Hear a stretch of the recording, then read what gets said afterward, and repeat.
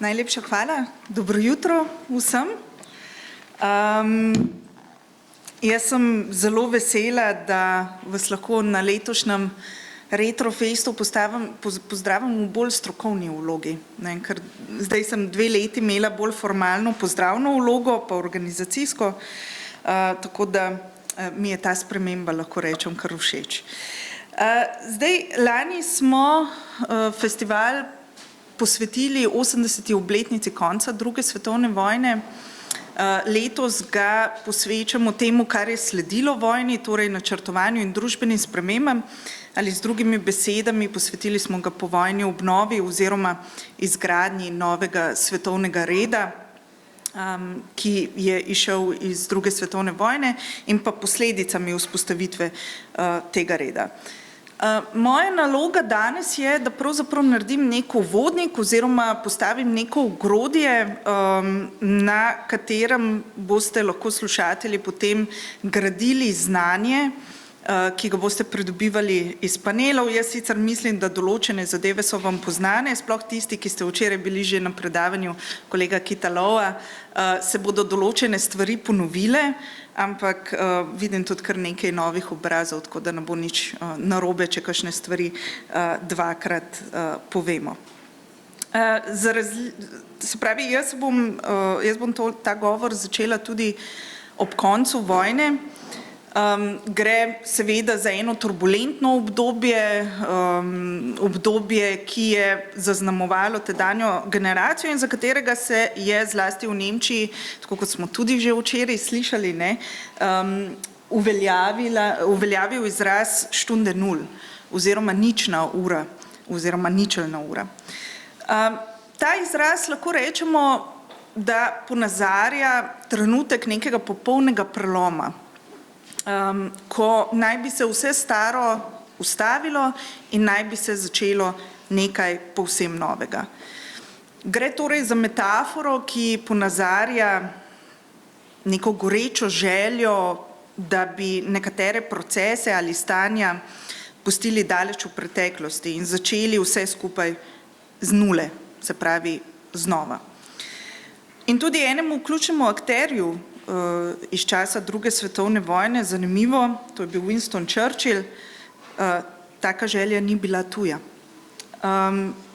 V svojem govoru iz leta 1946, ki je postal znan pod imenom Govor o tragediji Evrope, zato ker je začel s temi besedami, je postavil temelje evropskega povezovanja. Se pravi, klical je k Združenim državam Evrope in je na koncu tega govora tudi izrekel besede naj Evropa vstane. Ta vzklik po kataklizmi druge svetovne vojne je pomenil, da mora nova Evropa nadomestiti staro Evropo. Se pravi, da je potrebno presekati staro Evropo in napraviti novo Evropo. In da bi se to zgodilo, je zagovarjal amnezijo glede vseh medvojnih grozot in pa je klical k obuditvi nekega zavedanja o skupnih vrednotah in napredku. In k temu je zlasti pozval Nemčijo in Francijo. Seveda pa zgodovinarji dobro vemo, da dejanska Stunde Null ne obstaja, kljub priročnosti v političnih govorih. 8. maja 1945 se torej Evropa ni zbudila v nek novi svet. Tega dne ni bilo vse, kar se je zgodilo do tega trenutka končano, prekinjeno ali pa preseženo, še manj je bilo pozabljeno. Zgodovina namreč ne pozna popolnih prelomov, niti ne pozna čistih začetkov. Posamezniki in družbe ne le Evrope, ampak celotnega sveta so namreč živele s posledicami vojne in so se predvsem zavedale, da ne morejo zavrteti kolesja časa nazaj oziroma nimajo nekega časovnega stroja, da bi se lahko povrnili v stanje pred vojno. Zgodovinar Richard Bessel, ki je precej svojih študij namenil vsakdaniku v letu 1945, tako opisuje življenje večine Nemcev ne s pogledom v preteklost, se pravi, niso hrpeneli po nekih, recimo temu, veličastnih časih Tretjega rajha. Povprečni Nemec je leta 1945 po kapitulaciji živel, kot se je Bessel izrazil, v prisiljeni sedanjosti. Se pravi, v sedanjosti, kjer se je poskušal distancirati od nacizma. Ampak tega seveda Nemci niso delali zato, ker so tako rekoč čez noč postali antifašisti ali pa zato, ker so nenadoma sprejeli in ponotranjili neko kolektivno krivdo. To so počeli, se pravi, distanciranje od nacizma so počeli zato, ker je bila to v povojni stvarnosti okupirane Nemčije strategija preživetja. Tudi politika okupacijskih sil v Nemčiji se ni nagibala k Stunde Null, čeprav so temu pravzaprav težili v času načrtovanja povojne stvarnosti Nemčije oziroma ob načrtovanju procesa denacifikacije. Ta proces denacifikacije je bil zamišljen namreč zelo obsežno, z tisočimi aretacijami, internacijami in sodnimi procesi. Po nekaterih ocenah je bilo podvrženih procesom denacifikacije približno 3,5 milijona ljudi. Ampak malo se je pokazalo, tako kot v Italiji, kot je omenil kolega Lov, da je bil proces denacifikacije preobsežen in je povzročal škodo. Zakaj? Tako kot je bilo že včeraj zelo plastično prikazano, zato, ker če želiš vzpostaviti delujočo upravo, potrebuješ izkušene upravnike. Če želiš čim prej ponovno delujočo industrijo, potrebuješ izurjene delavce, potrebuješ izurjene inženirje. In če želiš red in mir, seveda potrebuješ policiste. In zato so že sredi 50. let mesta v upravi, v sodstvu, v gospodarstvu, tudi v diplomaciji Zvezne republike Nemčije zavzemali posamezniki, ki so svoje kariere začeli v Tretjem rajhu.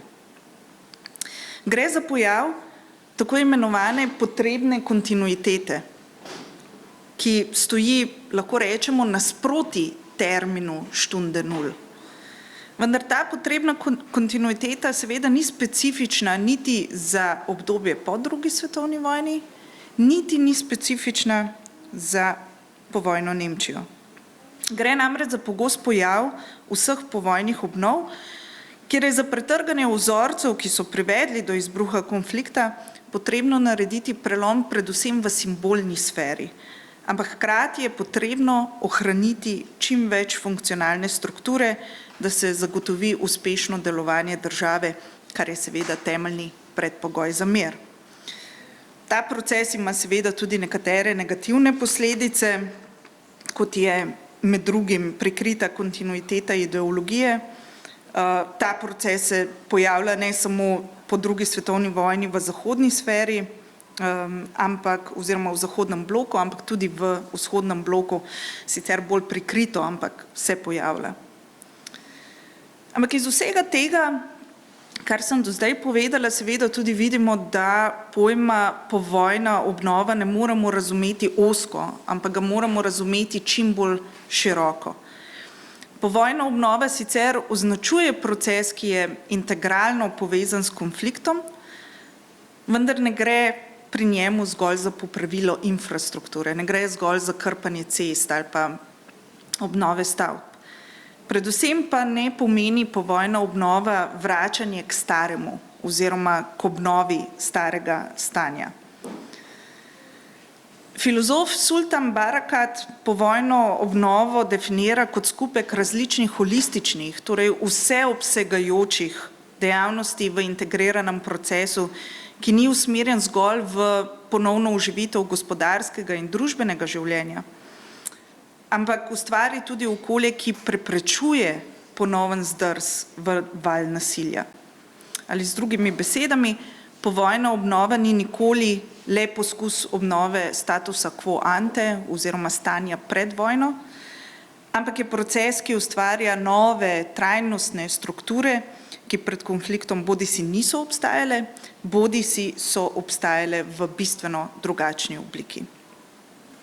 In obnova, se pravi povojna obnova po drugem po drugi svetovni vojni je posledično prelomno obdobje, ki zajema zlasti predrugačenje državnih sistemov, predrugačenje mednarodnih odnosov in pa normativnih načel, torej vse ključne spremembe v političnem, vojaškem, ekonomskem, družbenem in kulturnem življenju. Pot, kako doseči to predrugačenje in hkrati narediti prelom, pa zahteva seveda priprave in zahteva načrtovanje. Te procese namreč ni mogoče v celoti zamisliti in izpeljati šele, ko pride do konca spopadov. Zdaj, načrtovanje je seveda ključno praktično vsem bolj ali manj uspešnim povojnim obnovam. Naprimer, če pogledamo nazaj v 19. stoletje, protinapoleonska koalicija je začela snovati nov svetovni red že vsaj leta 1812 in to so potem formalizirali na Dunajskem kongresu leta 1814 oziroma 1815. In tako so tudi zavezniki v protifašistični koaliciji že vsaj leta 1941 načrtovali svet po drugi svetovni vojni. Glavni pobudniki teh načrtov so bili javni uradniki v Veliki Britaniji, v Združenih državah Amerike, hkrati pa sta tudi tedanja vodilna politika v anglo-ameriški koaliciji, se pravi že omenjeni Churchill in pa Franklin Roosevelt, videla smisel v pripravah na konec vojne in predvsem sta se želela izogniti ponovitvi napak iz konca prve svetovne vojne. Ampak obstajali so številni načrti, predvsem na nacionalnem nivoju, ki so spodbudili tudi nastanek številnih utopičnih vizij bodočih družb. In to celo v tolikšni meri, da je leta 1943 ameriški zgodovinar Carl Baker zapisal, da je vprašanje povojne obnove tako pogosta tema pogovorov kot vojna sama. Se pravi, ljudje so mislili, kaj se bo zgodilo po vojni. Posebna komisija o organizaciji miru, ki je nastala med vojno v New Yorku, je leta 1944 naštela že več kot 2000 publikacij na temo povojne obnove samo v Združenih državah Amerike, začenši s publikacijami slovenskega Američana Louisa Adamiča. Mnoge cerkvene organizacije, kot je bil denimo Nacionalni katoliški vojni svet v Washingtonu, kasneje Socialni svet, so oblikovali načrte krščanske obnove. V Britaniji in Kanadi sta bila med vojno ustanovljena ministrstva za obnovo s ciljem ne fizične obnove Britanije ali Kanade, ampak da bi preprečili morebitne nemire demobiliziranih vojakov in pa odpuščenih delavcev po koncu vojne. Ampak seveda tudi delavci niso stali križem rok. Delavci so že leta 1944 objavljali deklaracije o potrebnih socialnih reformah, ki bodo zagotovili ne zmago v vojni, ampak zmago v miru. In tudi med Slovenci so se seveda oblikovali načrti. Znotraj meščanskega tabora so denimo obnovo razumeli v ožjem pomenu besede, ker so klicali k obnovi starega reda, pri čemer mislimo zlasti na obnovo monarhije in njenih struktur, pa znotraj Nagodetove skupine, ki so manj poznani in so bili usmerjeni v bolj prozahodno meščansko družbo.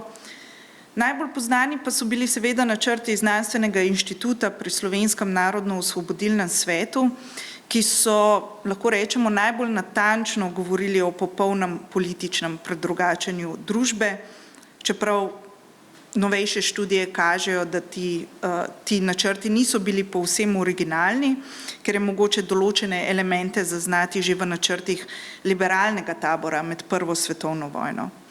Ampak to je bila vizija, se pravi vizija Znanstvenega inštituta, ki je bila na koncu v večji meri tudi uresničena.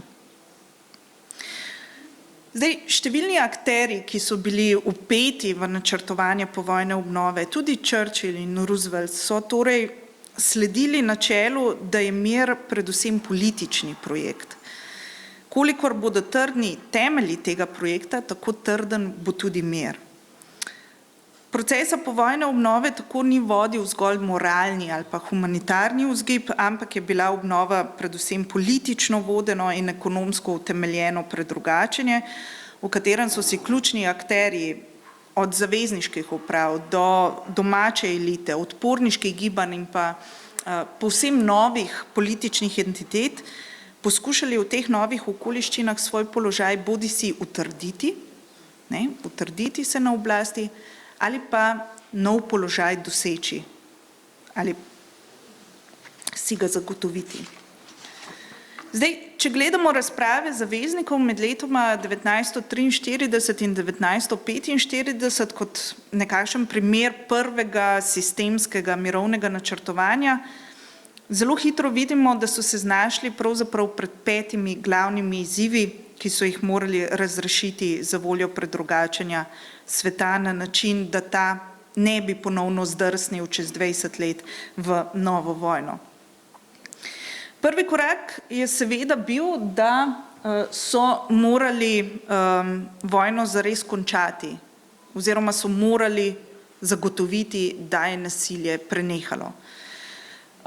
Naš glavni govorec na Retrofestu, dr. Lov, je o temu že govoril včeraj in tudi mislim, da vse njegove glavne knjige od Podivjane celine do Hamburga do Neaplja zelo jasno prikažejo, da 8. maja 1945 nasilje ni prenehalo, ne le, da je vojna v Aziji oziroma na pacifiškem bojišču trajala še 3 mesece, tudi tukaj v Sloveniji zelo dobro vemo, da ni prenehala.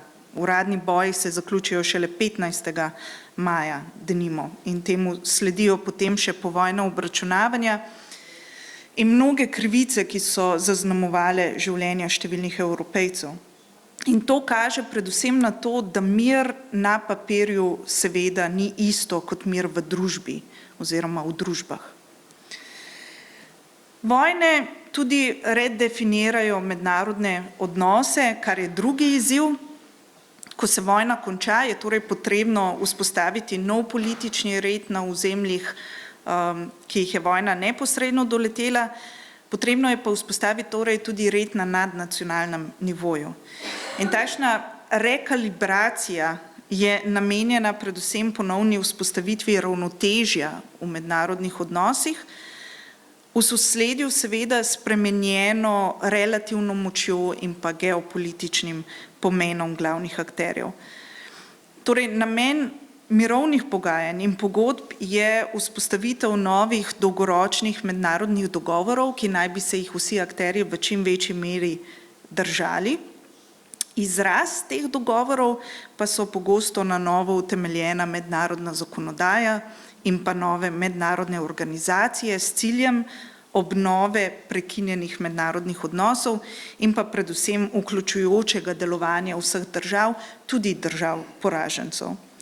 In v tem kontekstu je prišlo v drugi polovici leta 1945 tudi do ustanovitve Organizacije Združenih narodov z namenom sodelovanja vseh držav v skupnem telesu, ki bi torej zagotovili kolektivno varnost in pa vodili svetovni red v duhu ravnovesja med silami.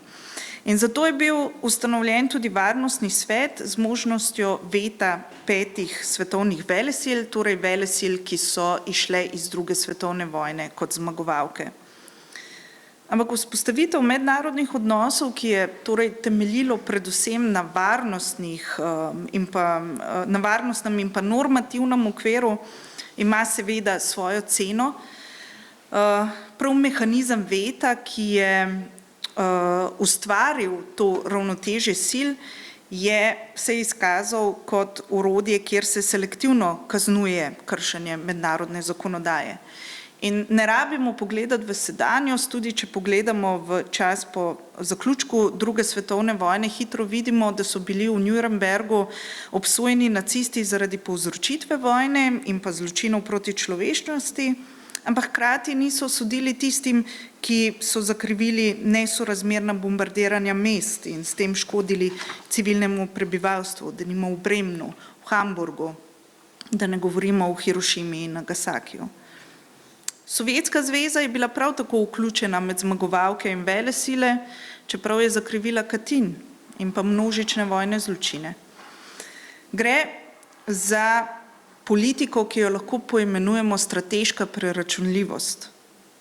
Ampak kljub vsem pomanjkljivostim je bilo vseeno jasno, da je bil vsaj načeloma vzpostavljen moralni princip odgovornosti.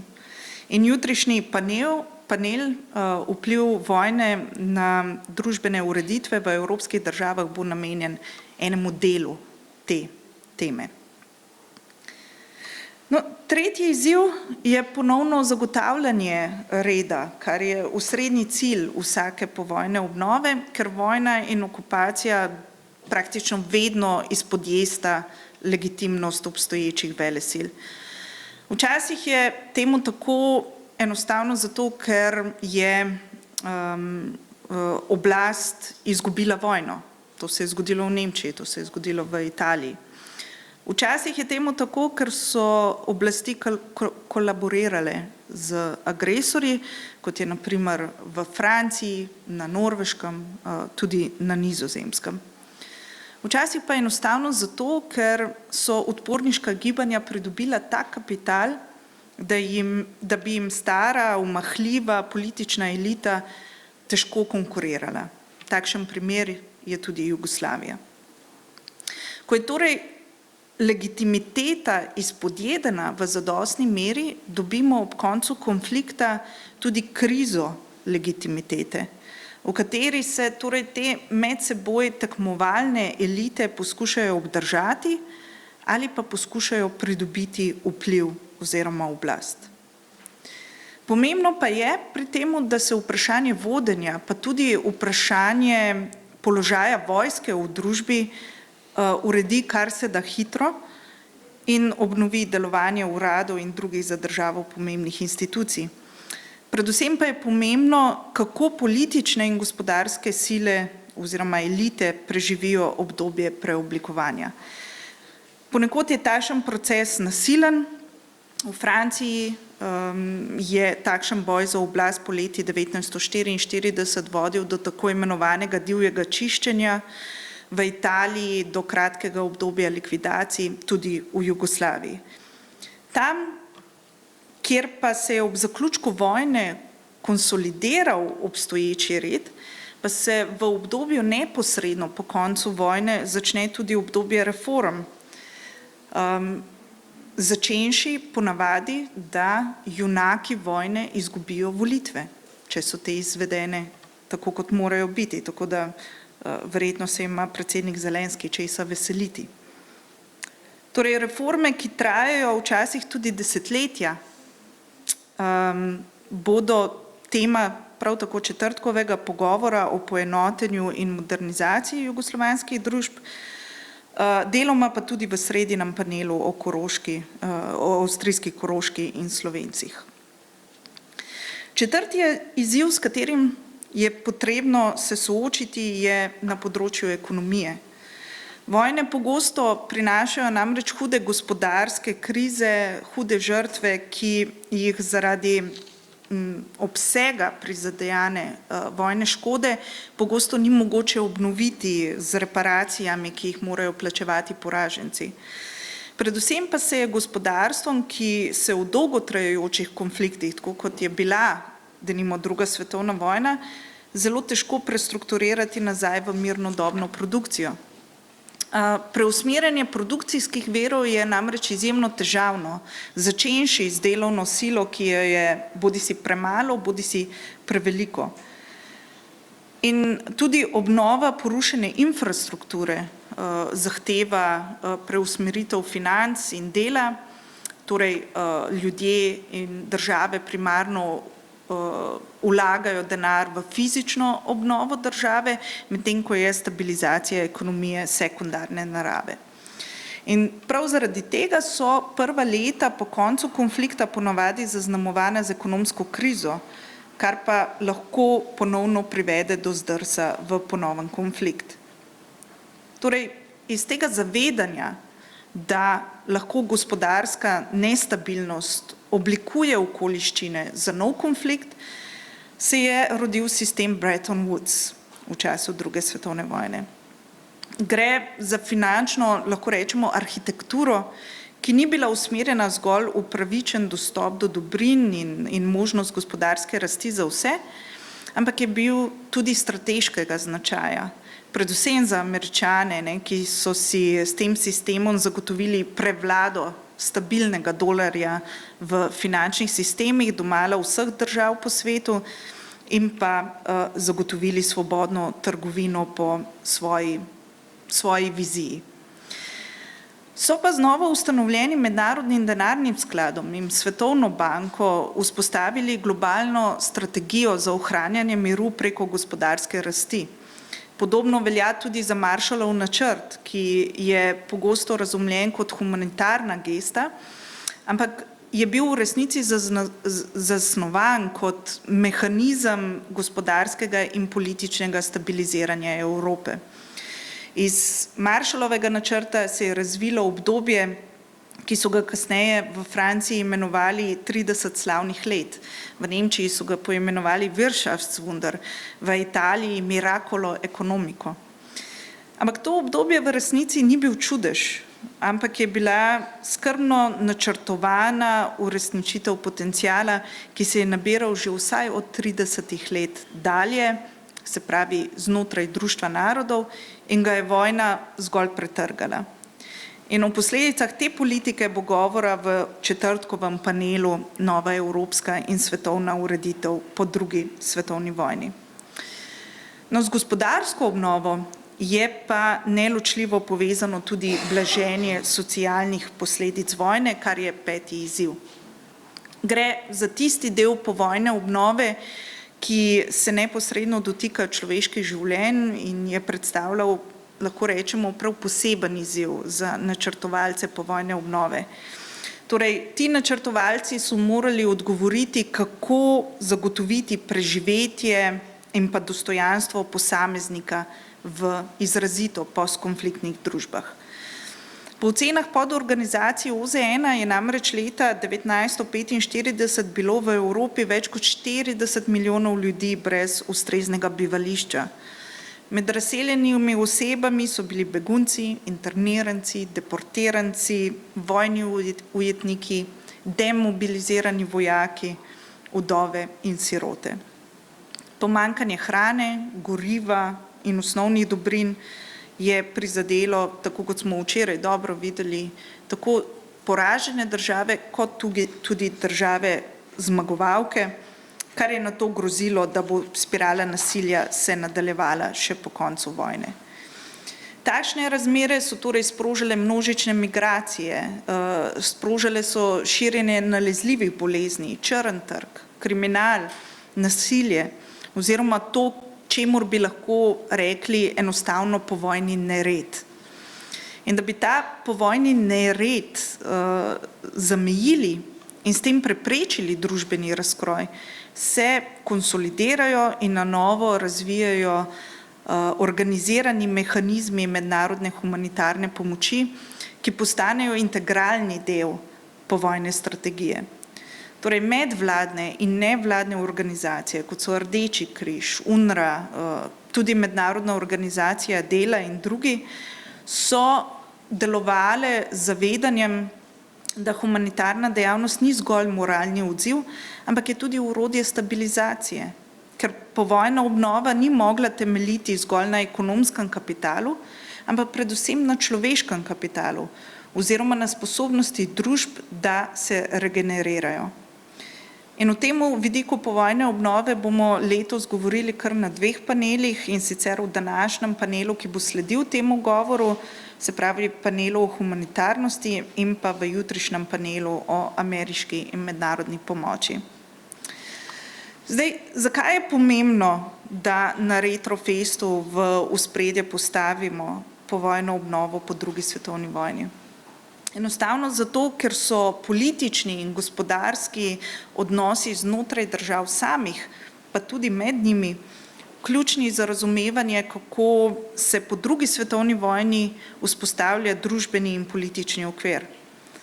Vendar seveda vsaka vojna, še posebej pa totalna vojna, kot je bila druga svetovna, ne ruši zgolj obstoječih meja političnih in ekonomskih struktur.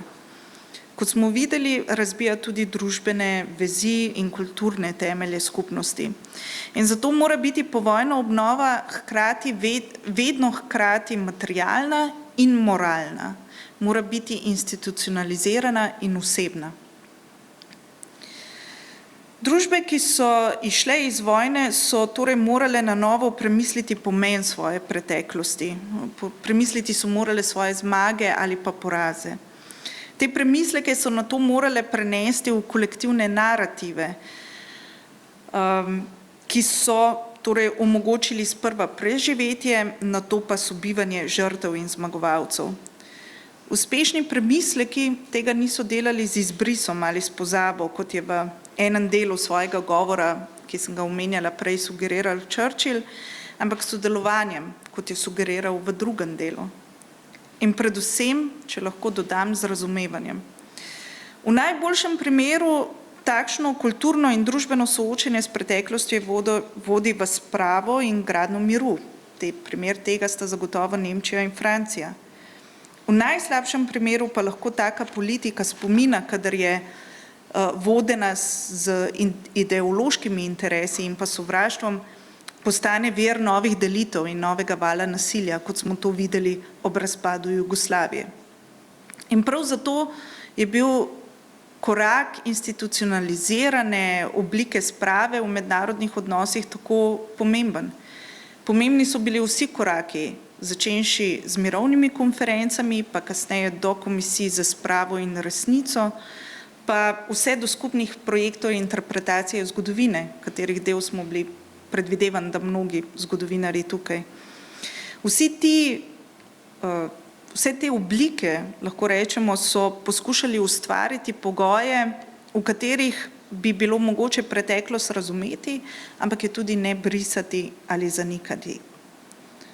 Torej, mir ni samoumeven, potrebno ga je načrtovati, potrebno ga je negovati, potrebno ga je vzdrževati. In generacija, ki je po letu 1945 ustvarjala novi svet, se je tega v večji meri zavedala. Torej, verjeli so v moč načrtovanja, v moč institucij in pa v moč pogovorov.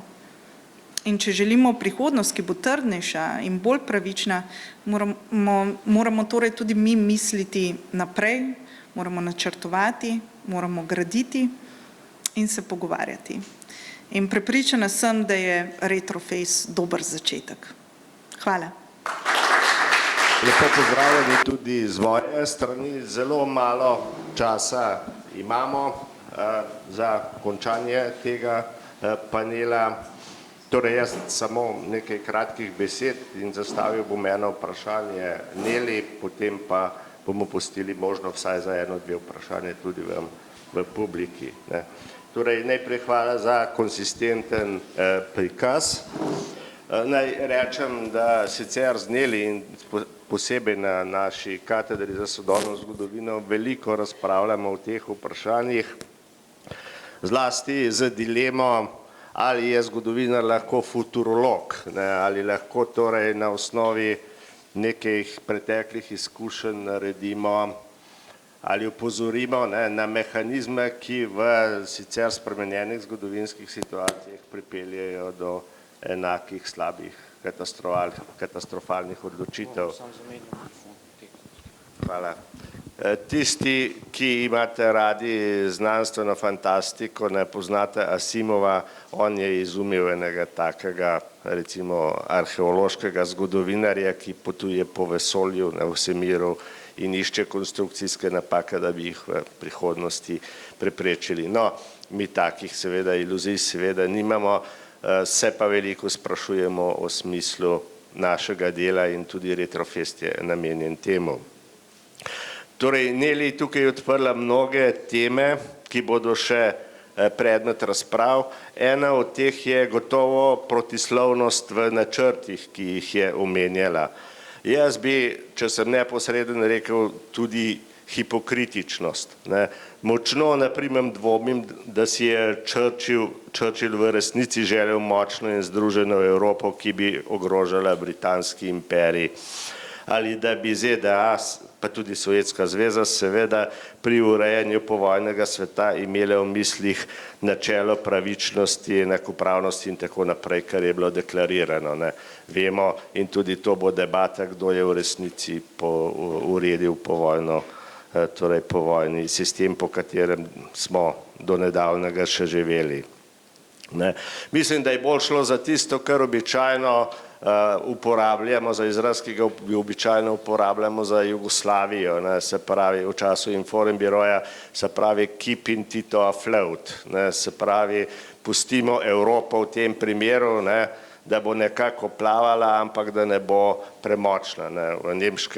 V nemškem primeru je to izraženo v tistem geslu, Nemčijo imam tako rad, da najraje vidim dve in podobno. Ne. In tudi danes lahko vidimo v tej politiki ZDA in Rusije zelo podobno tendenco, kot se je izkazovala tedaj. Samo še en stavek, preden zastavim vprašanje, in to iz domače situacije. Ne. Tu bi upozoril na nek mit ali konstrukt, ne, ki je bil nekako, med temi miti jih je več, nekatere je omenil Kitlov včeraj, ampak eden od naših domačih je ta, kako smo bili tudi mi neka podivjana družba z epuracijami, medsebojnimi obračuni, tako rekoč genocidni narod po vojni in tako naprej. Seveda to o epuracijah, čiščenju, pobojih drži in je povezano tudi s tem, da se je končala druga svetovna vojna tukaj. Ampak dejansko je pa Slovenija in Jugoslavija od leta 1943 naprej imela urejeno oblast na vseh področjih, od vlade do podsistemov ekonomskih, političnih, svojega denarja in tako naprej. In ko se je vojna končala, je bilo popolnoma jasno, kdo bo prevzel in kakšno funkcijo, kaj mora narediti in kako morajo stvari potekati. Ne. Se pravi, situacija tukaj je bila v smislu urejenosti drugačna, kar se da razbrati tudi iz tujih poročil. Ne. Vključevala je pa seveda tudi represivne aparate in epuracija je bila pač narejena tudi v Jugoslaviji in Sloveniji ne na ceno stabilnosti, ne, kot je bilo rečeno, ampak za ceno kvalitete, ne, ker so oblast prevzeli ljudje iz nižjih, manj izobraženih slojev, ne, kar je seveda imelo za posledico mnogo napak, slabih odločitev in tako naprej. Ne. Kar se je pa po drugi strani kompenziralo z veliko voljo po obnovi države, ne, torej izraženo v geslu junakom borba naj sledi junaki dela. No, ampak sedaj je vprašanje za Neli. Ne. Mi smo pred vojno imeli 3 sisteme. Ne. Torej komunistični, ki je bil sicer takrat omejen samo na Sovjetsko zvezo, ne. Sistem liberalnega kapitalizma, ki je bil zelo šibek, v srednji Evropi morda omejen do Münchenskega sporazuma samo na Češko-Slovaško, ne. In seveda sistem fašizma oziroma nacizma. Iluzija, da se bo situacija po vojni spremenila, se ni uresničila. Ne. Fašizem je ostal konkretno v nekaterih državah, tudi o tem bomo govorili, recimo v Španiji, na Portugalskem in tako naprej. Ohranil se je tudi drugje v nekaterih latinsko-ameriških državah in zlasti se je v prikriti obliki ohranil znotraj posameznih držav. Ne. In kaj je po tvoje vzrok, da so ti sistemi, da je ta sistem fašizma, nacizma in podobnih nacionalizma, ne, v neki seveda zelo adaptirani obliki preživel, da se je prilagodil in da je pravzaprav danes, bi lahko rekli, ne bom rekel zelo močan, to mislim, da nam je jasno, ampak v marsičem celo dominanten, saj se mu priklanjajo tudi stranke, ki se označujejo za sredinsko, krščansko, demokratsko in tako naprej, tudi leve, kolikor je pač levih strank. Ne. Torej, kaj je vzrok, da se je to nekako ponovilo in smo mi pravzaprav v Evropi blizu tej situaciji s časom med obema vojnama. Kljub vsem teh izkušnjam, o katerih smo govorili in še bomo. Ja, kompleksno vprašanje, ne bom rekla, ampak naslov tega predavanja, en del naslova tega predavanja je teža preteklosti. In mislim, da glavna premisa tega govora in tega, kar smo tudi včeraj slišali, je, da povojna obnova, kljub sami besedi obnova, ne pomeni nekega popolnega preloma in ne pomeni obnove tistega, kar je bilo. Ne moreš pa prekiniti nekih kontinuitet. Se pravi, te diskontinuitete so precej mehne in preživijo. Tako da jaz na povojno obnovo po drugi svetovni vojni gledam predvsem kot na evolucijo že obstoječih struktur, kjer pa seveda zaradi različnih vzrokov tudi te želje po stabilizaciji, ki omogoča preživetje nekaterih glavnih akterjev teh režimov, omogoča seveda kontinuiteto in do te kontinuitete, da ta kontinuiteta ni bila prekinjena, se pokaže zlasti ob koncu hladne vojne. Ne? Ko mislimo, v redu, komunizem je poražen, zdaj bomo zaživeli v liberalni demokraciji, mi imamo tako imenovani konec zgodovine, ne? Ker je prišlo do zmage liberalizma, ampak takrat se pokaže, da so ti sistemi preživeli ta proces povojne obnove, ker niso bili seveda totalni prelom in ni bilo nečesa novega. Tako da jaz mislim, da je to ena glavnih zadev, druga zadeva pa je, da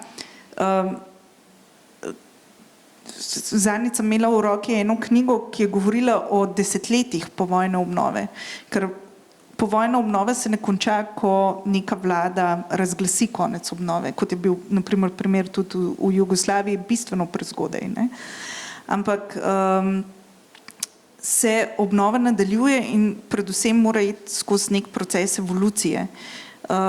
Po padcu hladne vojne se začne zelo hitro kazati, da sistemi, ki se vzpostavijo po drugi svetovni vojni, ne odgovarjajo več tistemu stanju, ki se je oblikoval.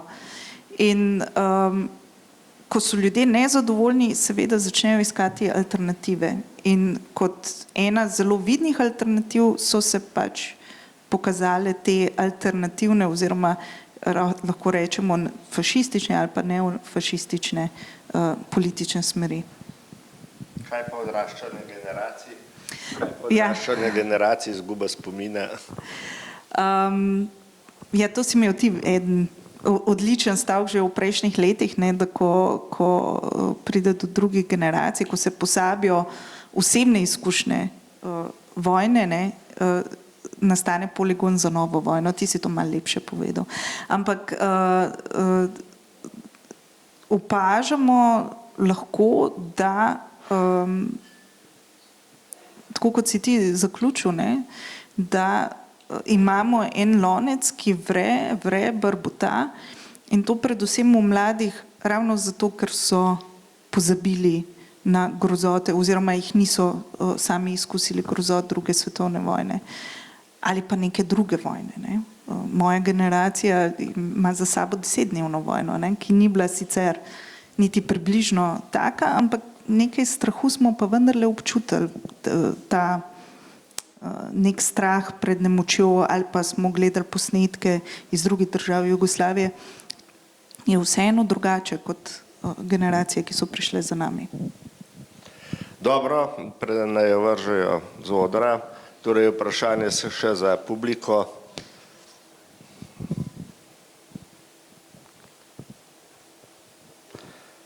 Ja, kava je zagotovo boljša alternativa od naju, tako da hvala lepa. Evo, izvolite. Hvala.